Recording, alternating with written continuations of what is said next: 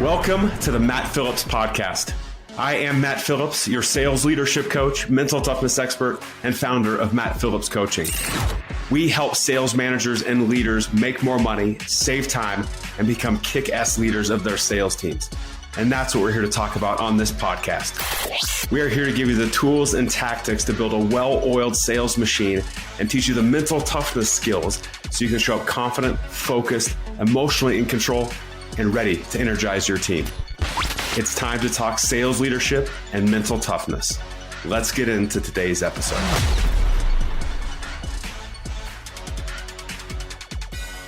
Welcome to today's podcast. It is Matt back with you. And today I'm pretty excited because I'm going to dive into a question that I get asked quite a bit because we teach it and I help build it for others. But people always ask me this question of, Matt, what's your leadership philosophy?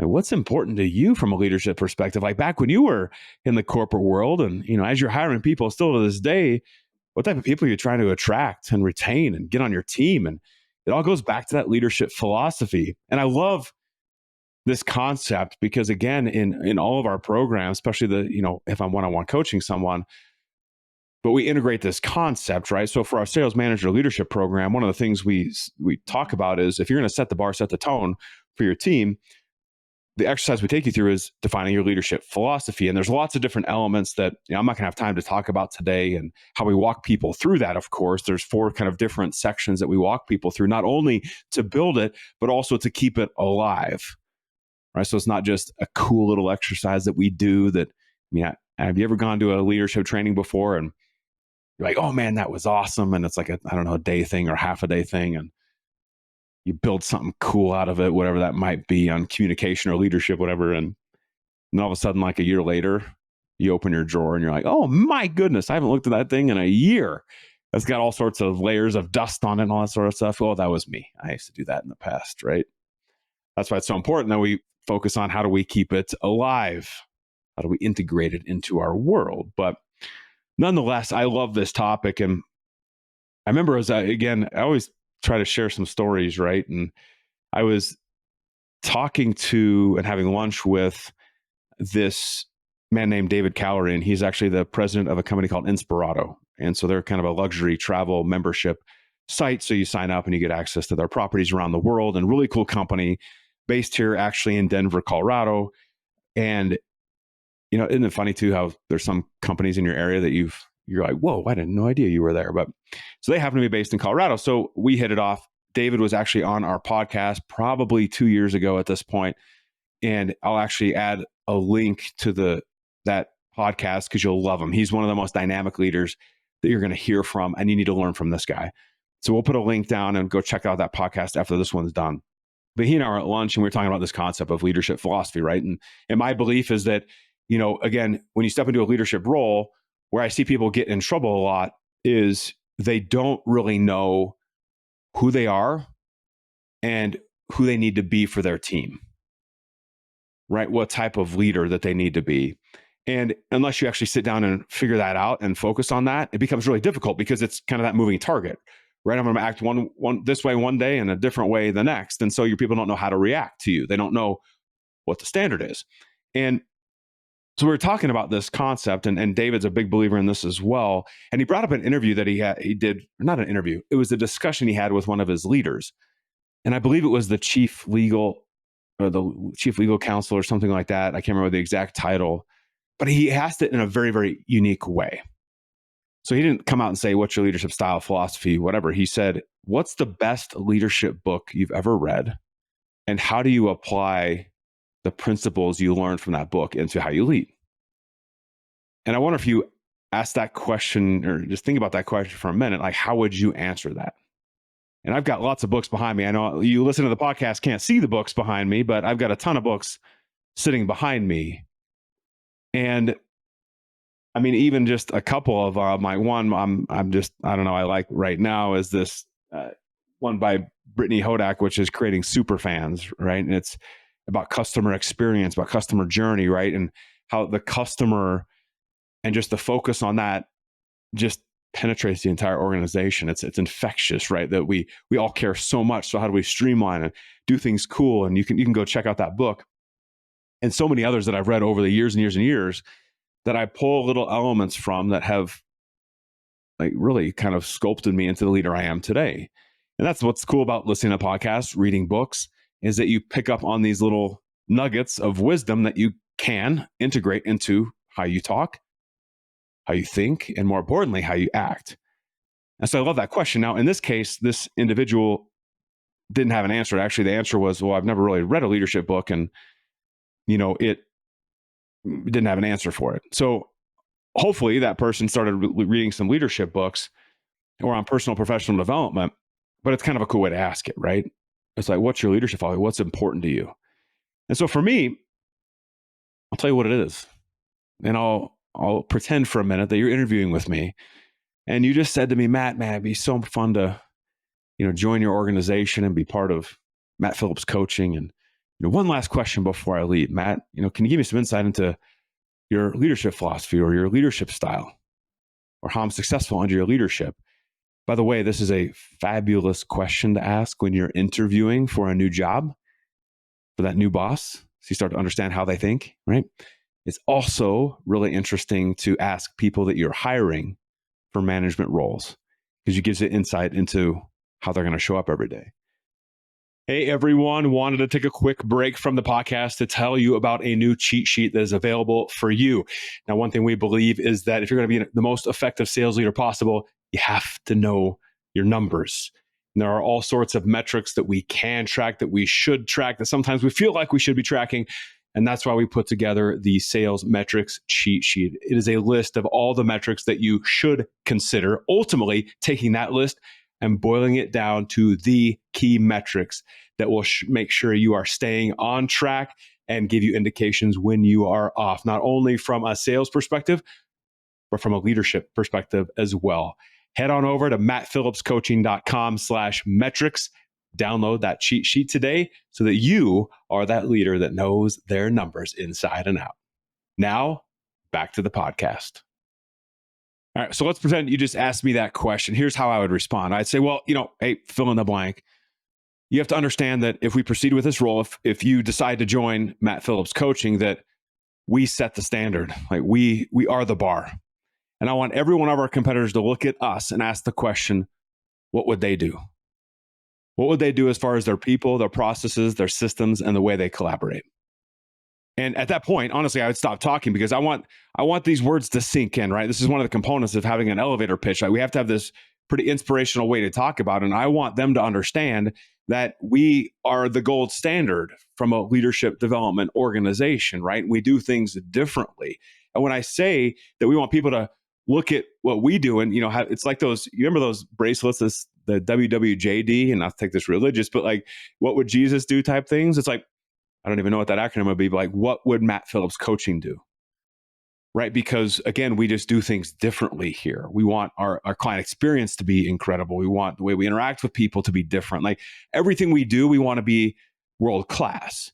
And so I want those to sink in a little bit as they're thinking about this, because again, when you have that leadership philosophy that, again, there's not a right or wrong, it's just saying this is what we expect, then people will opt in or opt out right away. Right? Some people hear that and they're like, ooh, like we're really going to push the standard. Well, I just want to kind of come in and, I don't know, just do my thing and make it easy. And I'm going to be out of here, 9 to 4, I'm gone and I don't really care that much. They're going to opt out quickly because we just do things differently. Now, my philosophy is not like, let's work till midnight every night. That certainly isn't it. That's not why I got into this business. But with that is like optimization, right? So how do we optimize our time to get the most out of the day? And like, we don't have to work hours and hours and hours, but we just do things differently. So I want them to understand it. And I talk about those 4 elements in particular, and they just stick out to me. And this is where it's cool, is like everyone's philosophy is different and where they press. And so for me, it was people, process, systems, and collaboration. And I decided for me, those were the important areas that I wanted to then dive a little bit deeper into and create that, kind of paint that picture a little bit of like, well, this is what I mean, right? Because that's an important thing too, with a lot of these, philosophies that we said or components from books that we pull out and integrate into what we do. It's like, but what does that look like in motion, right? What's it going to look like when I show up? Like, where are you going to be sitting? Where are you going to be standing? Where am I sitting in this room? Like, you have to paint people a picture, because the reality is, and there's nothing wrong with this at all, is like we all have a selfish side to us, don't we? Like, we all are selfish. And there's nothing wrong with that, because we're worried about how's this going to impact us? What's the impact on us going to be, on my family, on me personally? Like we want to know what it's going to be. We want to know what we're walking into. And sometimes I think this is where leaders get in trouble of like, I hear a lot of cliche answers when people answer this question of, well, what's your leadership philosophy? Like, well, Matt, I have an open door policy. And I'm like, okay, I know what you mean by that, but like, I don't even know what that means. Like, paint me a picture, walk me through like a movie, if you will, of what it's going to look like.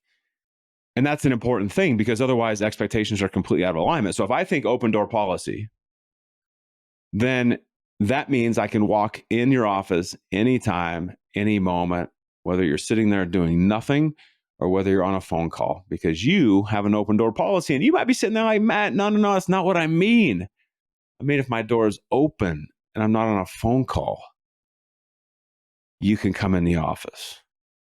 Or frankly, an open door policy to you might mean book a calendar invite, would you, Matt? Because then I will open my door. Like, we have to paint the picture of what that means. I remember one of my teammates asked me to dive a little bit deeper on this. And so I did. So one of the components of the people, process, systems, collaboration, as an example, right, that I'll share with you today is this concept of process. I'm a process thinker.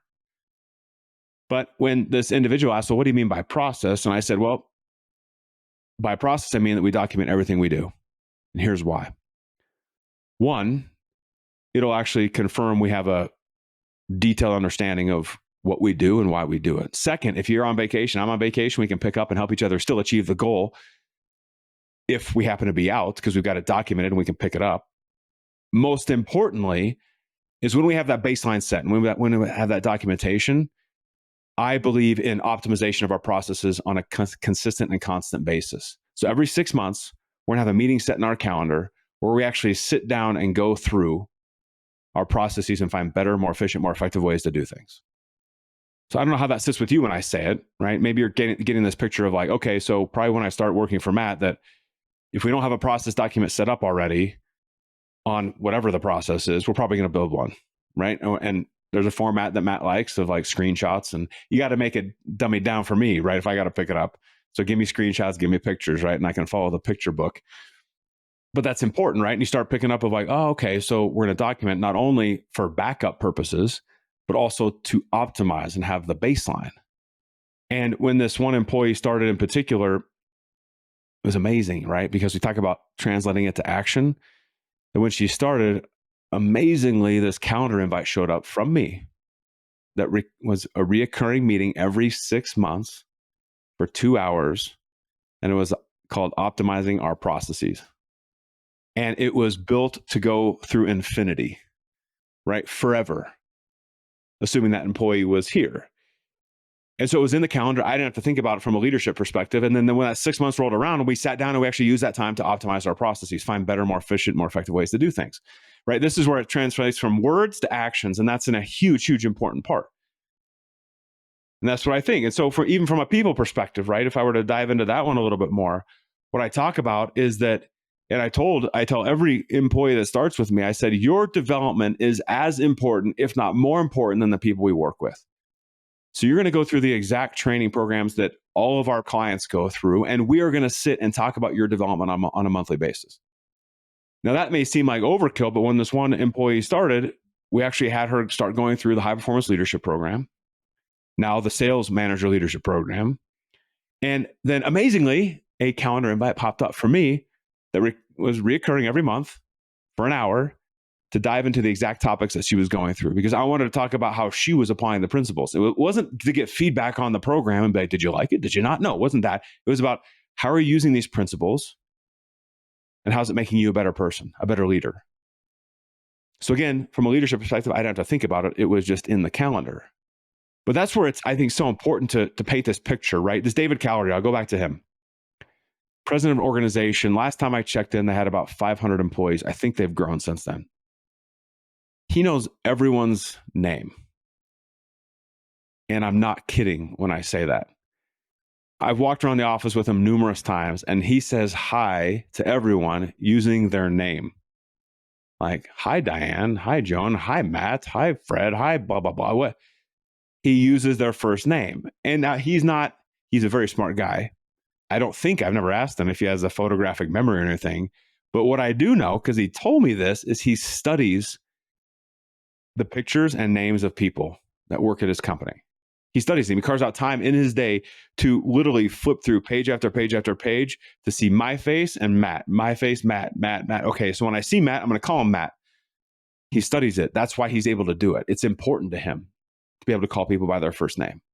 I thought that was incredible, right? It's part of his philosophy of growing people. He wants them to feel welcomed. And I get it. You may work for a 10,000 person company, and that'd be tough, but you could do it. Or you could do it on a smaller scale and make sure that everyone in your department you know by first name, if that's important to you. So again, that just to give you some insight into my leadership philosophy, right? How we set the bar, we are the standard, and we want everyone to look at us and ask that question: what would they do? What would they do as far as their people, their process, their systems, and the way they collaborate? And then I kind of painted the picture from there. And then I gave you some examples of the action that I took, which happened to be just very simple calendar invites, where I didn't have to think about it. But that's where the actions start matching the words. And that's the biggest thing in leadership, I believe. If we're setting the bar and setting the tone, and that's that set the bar, hold the bar. Like if you listen to the last podcast, this is a component. One of the components that we teach is leadership philosophy within that. But it's making sure your actions line up to the words, right? And when your actions are going sideways, that you react in a way to get back aligned to that. So that's a little bit of the Matt Phillips leadership philosophy. Give you some insight into the way I think, the way I act, the way I, right or wrong, show up as a leader. My organization, try to make it very, very clear of why we do things and how we do things here at Matt Phillips Coaching. And you can apply this wherever you're at, whatever role that you're in. You can apply it internally. You can apply it with clients, right? But the actions have to match the words. And you have to start with actually defining the words. And one thing I'm going to probably record a podcast on is there's kind of 4 different components that you have to be aware of to be successful as a leader. And I'll maybe leave you with some intrigue so you listen to the next podcast on that. But one of the components is understanding who you are. Right? And that goes back to that framework we talk about: hold the bar, set the bar, or set the bar, hold the bar, excuse me. We have to understand who you are and who you are for your team. That's what this leadership philosophy is all about. So that's why I get excited about it. I get fired up by my leadership philosophy. There's no perfection going on over here. It's, try to set the tone, adjust when necessary, because we're all going to make mistakes. There's no perfection in this world, but it starts with setting the tone in the first place. So if you happen to be a new leader, if you happen to be someone who is, has been in a, sales leadership role for a while, I don't care if it's in charge of one person or many people, and you're looking for maybe a slight different edge, then I would invite you to our free training where we go through and I talk about this framework and I talk about some of the 2 key areas that you can utilize right away that one leader utilized to help triple organic revenue growth and actually increase his margins by 30% over a 12-month period. It's pretty darn cool. And I share that with you. But I want to invite you to that free training. Head over to mattphillipscoaching.com/webinar. You can sign up there. Guaranteed it'll be good use of your time. So that's what I have. So what I want you to think about today: what's your leadership philosophy? What are you telling people? What actions are lining up to that? And if you need help with that, go to that free training, head over to mattphillipscoaching.com, reach out to us at the team at mattphillipscoaching.com. We're here to help you on your journey. Have a great day. Go continue to crush it, and can't wait to see you on the next podcast. By the way, please share this episode with your friends. Go give us a review. Throw us 5 stars if you can, because everybody loves stars. I love 5 stars in particular, but please go leave us a review and help us spread the message of sales leadership to those around the world. Have a great day. Thank you for joining us today on the Matt Phillips Podcast. If you are like us, we know that you are here to do great things. to become the sales leader that makes things happen and drives big time sales results. We know you have that big vision, and we are here to help get you where you want to go. We're here to help you develop that unstoppable, rock solid leadership skill set and help you train to master the one true differentiator, mental toughness. We would love to be part of your journey. So if you are ready, head over to mattphillipscoaching.com and check out the ways that we can help. As always, please share this episode and make sure you subscribe by clicking the button below. Thank you again. And now, go crush the day.